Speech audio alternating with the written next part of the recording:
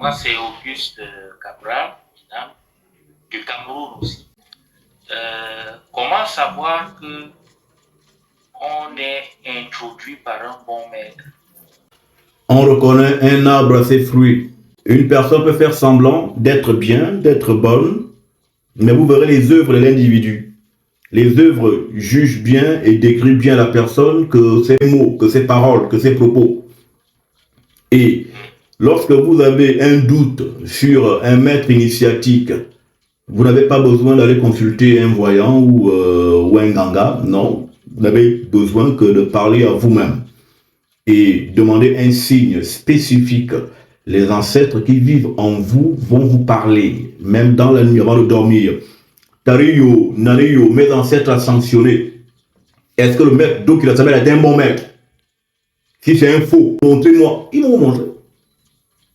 Mais non, il y a d'autres qui font, bon, écoute, peut-être que c'est moi, peut-être que j'ai pas bien vu. Non, tu as vu. Maintenant, peut-être que c'est un bon maître. Je dis, bon, je sais pas. Ou que c'est un mauvais. Je dis, non, peut-être que c'est ma tête. Non, ça se passe pas comme ça. Donc, tout est en vous.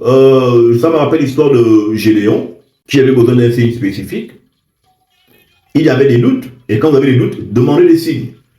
Les ancêtres vous parleront. Ils ne manquent pas de vous apporter des réponses. Voilà.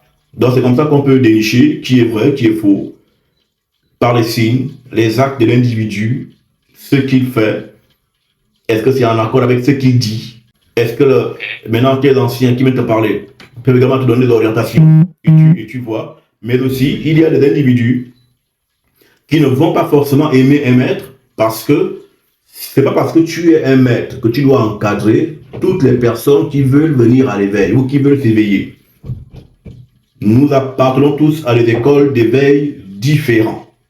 Moi, j'ai une catégorie de disciples. Ceux et celles qui appartiennent à mon école. C'est des gens spécifiques.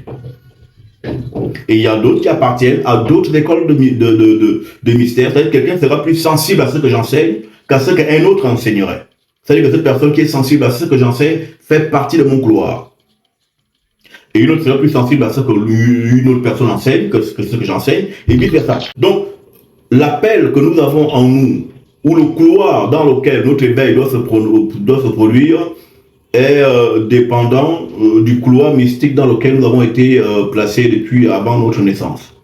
Donc, c'est comment ça se passe. Donc, un maître n'est pas fondamentalement mauvais ou pas du tout à la hauteur parce que tout dépend de l'enseignement que je donne. Il y a des gens qui trouvent peut-être grossier, trop dans les fesses des femmes, toujours entre la bite et le con, il n'est jamais loin de là, il nage entre les deux, ne comprend pas, c'est un obsédé sexuel. Voilà, des gens qui peuvent le dire.